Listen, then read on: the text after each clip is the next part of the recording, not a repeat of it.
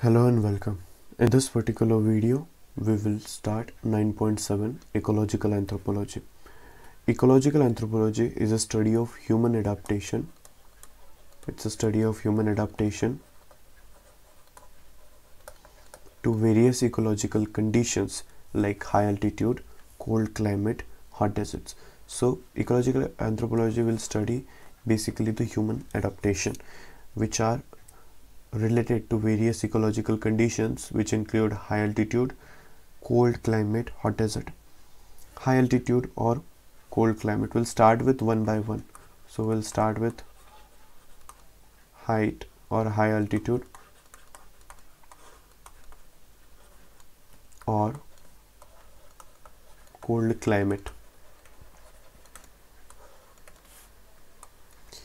As we go higher in altitude, first thing is that temperature decreases, and the second thing is that air pressure also decreases, this leading to decrease in oxygen. So low altitude situation and high altitude situation, we see that for the lungs O2 is available in more quantity because there is pressure which is more. But when it comes to higher altitude, for lungs,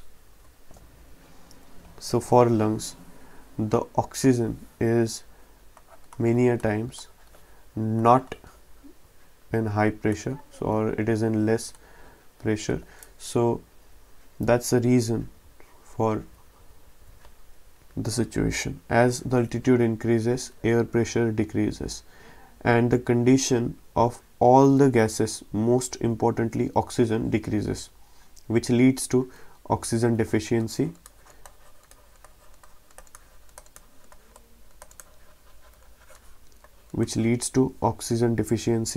or another we'll call it as anoxia, that is the deficiency of oxygen in blood. As the altitude increases, the atmosphere air pressure become lower than the lungs air pressure, which where the breathing becomes difficult, and this leads to anoxia.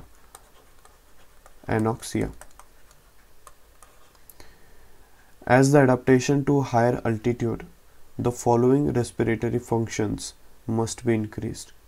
So if one has to adapt, and the study of human adaptation is ecological anthropology. So if human has to survive in that condition, he has to adapt to the high altitude following the respiratory functions and value. So this is important as far as the sports anthropology is concerned, but we'll study that in the application of anthropology. Respiration, basically oxidation of food material to release energy. So respiratory values. So there has to be increase in the following. So first is respiratory value.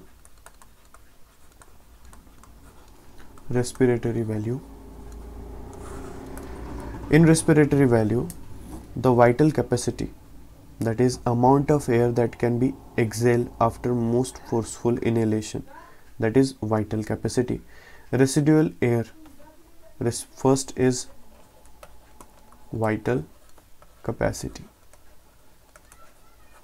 that is amount of air that can be exhaled after most forceful inhalation, that is vital capacity, it should increase. Second is residual air, that is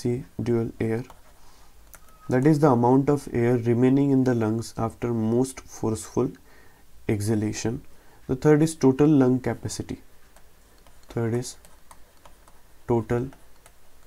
lungs capacity, the total amount of air that the lung can accommodate, it is equal to the vital capacity plus residual air. So vital capacity plus residual air is basically equals to total lungs capacity. And tidal volume, fourth is tidal volume, that is the amount of air that moves in and out of the lungs is in one respiratory cycle. We call it as tidal volume. The fifth is rate of respiration. Rate of respiration. These are the terminologies, right, that every single of them have to improve on itself or increase on itself in order to survive, to be in that hostile situation. The next is minute volume. The sixth is minute volume. Amount of air that moves in and out of the lungs is in 1 minute, that is called as minute or minute volume. Minute volume is equals to tidal volume into rate of respiration. Physiological change. Now we'll talk about the physiological change which are important as far as the adaptation is concerned. By increasing the respiratory value, the problem due to lower oxygen concentration in the atmosphere can be avoided at the physical level. So if we follow these 6 things, if we improved our respiratory value, that is vital capacity, residual air, total lung capacity, tidal volume, respiratory,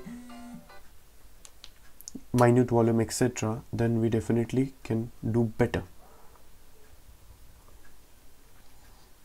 But there are something that we have to do on physiological level. The first is RCB count increases. So RCB count increases in order to carry higher amount of oxygen. Then increase in the number of blood vessel and vascular blood capability. Second is blood vessel, increase in the number of blood vessel or vascular capillaries. So blood vessels and vascular capillaries increases. Increase in blood capillaries, the blood supply to various organ and cell of the body increases, leading to efficient O2 supply to the body cell, which can compensate the lower O2 concentration in the atmosphere. So जितनी ज़्यादा blood vessels होंगी उतना deep तक जो है oxygen पहुंच पाएगा. RCB count increase होने से हीमोग्लोबिन डेफिनेटली जो ब्लड कैरी करेगा, ठीक है, तो उससे ब्लड सप्लाई में अगर ऑक्सीजन बाहर कम भी है तो कोई प्रॉब्लम नहीं है, ठीक है. There is no issue if there is oxygen in limited quantity outside. Hemoglobin RCBs will increase its count and will carry that little oxygen whatever is available in the atmosphere to the respective part. The next here is blood volume increases. Blood volume increases. With the increase in the blood volume, human body can utilize the available O2 more efficiently. If there is more blood, definitely more RCBs and better utilization or more efficient utilization of the oxygen in human body. The next is low temperature. The normal temperature of the body is 98.6 Fahrenheit. 94 degree Fahrenheit, that is hypothermia. But humans do not suffer from this because humans are warm-blooded animal and not a cold-blooded animal. We can tolerate up to 85 degree Fahrenheit hypothermia, but below this may be lethal, but it also depends on the duration of exposure. So this is what our body temperature is. 85 degree Fahrenheit is something that we can tolerate. Below this, and depending on the time of exposure, it can be lethal. A Swedish woman tolerated 56.7 degree Fahrenheit for 80 minutes. 56 degree 56.7 degree Fahrenheit for 80 minutes. Now we'll see what are the changes that body develops or adapt in order to fight the climate change. The above we talked about altitude, right? These are the changes which body has to adopt when it has to deal with altitude. Now we'll talk about the physiological changes or adaptation to cold climate.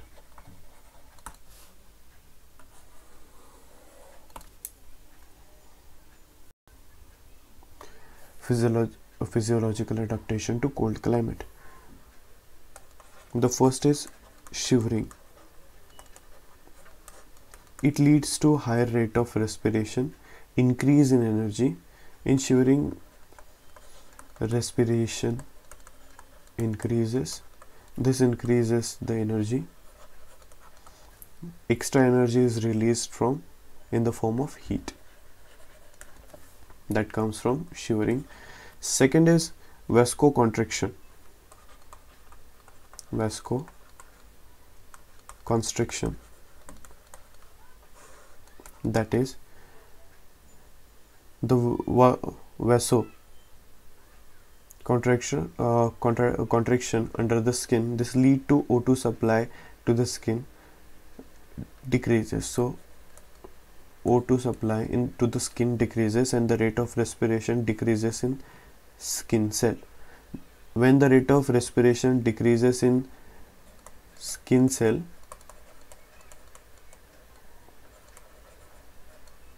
the amount of heat released by the body also becomes less, and the cold skin acts as insulator and does not permit the external cold climate to damage the vital organ, and also maintain the internal body temperature. So when vasoconstriction happen, there is less oxygen which is supplied to skin, less heat is generated. Skin acts as an isolator between external environment and internal organs, and it protects the internal vital organ. Here there are two rules that we will discuss. Bergmann's rule and Allen's rule.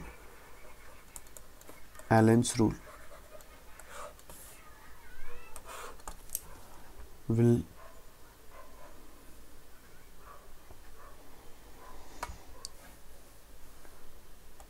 as far as the Bergmann rule is concerned, it was proposed by Carl Bergmann. Bergmann rule states that the organism of the same species will be less massive in the warm equatorial region and will be more massive in the cold polar region. More massive, it means more fat. The fat is best insulator and protects the vital organ of the body. So fat is more reduced. It can be oxidized and give more energy on digestion. So Bergmann rule states that the organism of the same species will be less massive in warm tropic. So if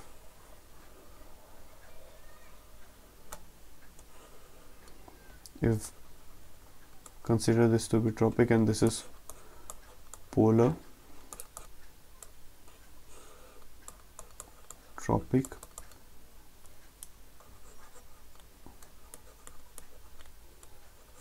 equator, and this is tropic and this is polar. So if there is an organism of same species, it will be less massive in tropics, it will be less massive in warm equatorial region, and it will be more massive in polar. the main reason here being fat. Whereas Allen rule, it was proposed by Joe Allen. He stated that when two populations of same species live in warm equatorial and cold subpolar region, the population living in cold climate tends to be short and bulkier with the short body, like short hands, fingers, etc. Because of this surface area of the skin decreases, that means unit surface area of the skin cover relatively more body mass, right? Thus comparatively less amount of heat will be released from the body, so they can retain their heat. And when in equatorial place, they'll be tall and thin. So Allen say that in equator it will be tall and it will be thin, but when it comes to polar region, they'll be bulky and they'll tend to, the surface area of the skin will be less in order to save heat. So in equatorial area, tall and thin, that is less body mass, so surface area of the skin increases, comparatively more heat is released, so the body is cooled. That is the mechanism here. Moving forward, we'll talk about cultural adaptation. Cultural adaptation.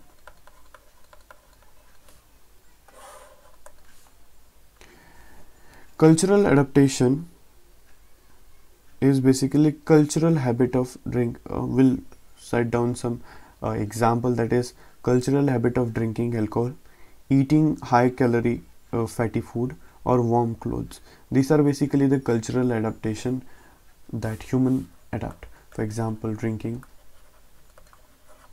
high calorie food, warm cloth, these becomes cultural adaptation. Animal physiological adaptations are more than human adaptation. Human can culturally and technically adapt, but it is not the case with animals, so they prefer physical adaptation. Physiological adaptation, it increases the metabolic rate of the body. It will lead to higher energy release in the form of heat. In Eskimos,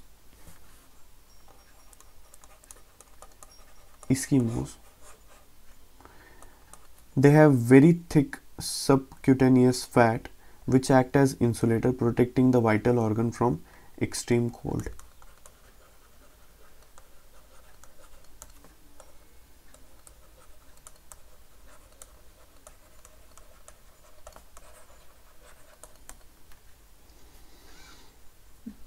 The nose shape, that is sharp, long, narrow nose, leads to air spending more time in the nose, getting warm and humid, so that the lung can be protected.